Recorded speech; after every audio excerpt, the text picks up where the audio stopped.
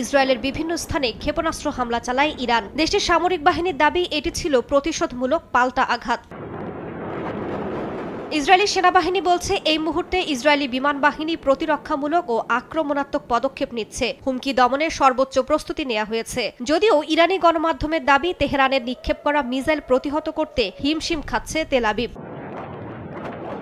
ইরানের রাষ্ট্রীয় টিভির দাবি উত্তর পশ্চিমাঞ্চলের সালমাস সীমান্তে আকাশে দেখা যায় ইসরায়েলি ড্রোন। সীমান্ত লঙ্ঘন করায় সেগুলো গুলি করে নামানো হয়। ইরানি সামরিক সূত্র বলছে তাদের আকাশসীমা লঙ্ঘনের জবাব যথাযথভাবেই দেয়া হচ্ছে।